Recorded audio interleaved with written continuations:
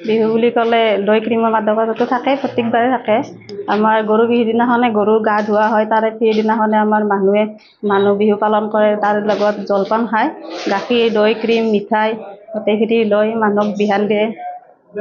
এইবাৰো আপোনালোকে প্ৰতিবাৰৰ দৰে দৈ প্ৰস্তুত কৰিছে? এইবাৰো প্ৰতিবাৰ আগৰ দৰে এইবাৰো গাখীৰ ক্ৰীমৰ প্ৰস্তুতি চলাই আছোঁ। কি কি বনাইছে? এইবাৰ দৈ ক্ৰীম পনীৰ মিঠাই বনাইছোঁ। যিটো আমাৰ মহিলাসকলে আচলতে পিছ পৰি থকা আপুনি ইয়াত নিদৰ্শন দাঙি ধৰিছে, কি ক'ব?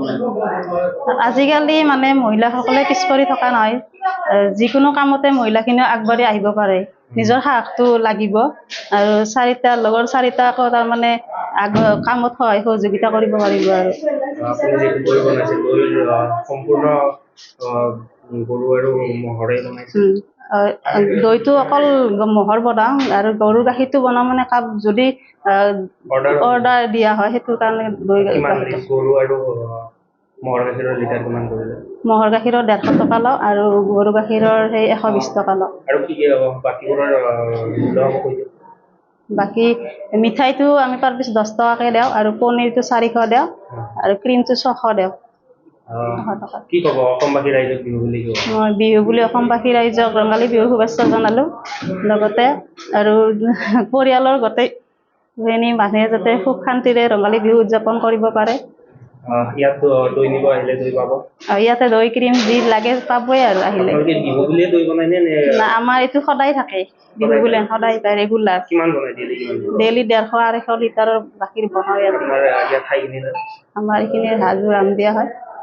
ইয়াত আহিলে আপোনাৰ চিনাকিটো কোনোবা যদি আহিব? আমাৰ চিনাকিটো গাখীৰ পাইকাৰী বুলিয়ে সকলোৱে জানে। হাজবেণ্ডৰ নাম মণি ডেকা, বিশিষ্ট ব্যৱসায়ী গাখীৰ পাইকাৰী।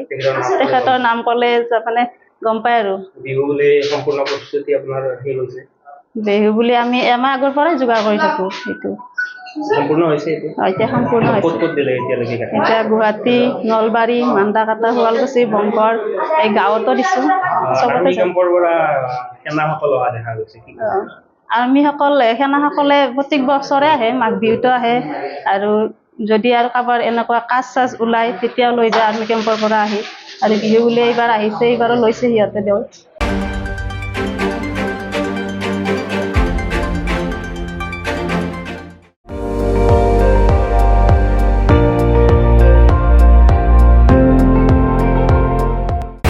আপুনি চাই আছে ND24, সৰ্বশ্ৰেষ্ঠ নহয় সৰ্বোত্তমৰ দৌৰ।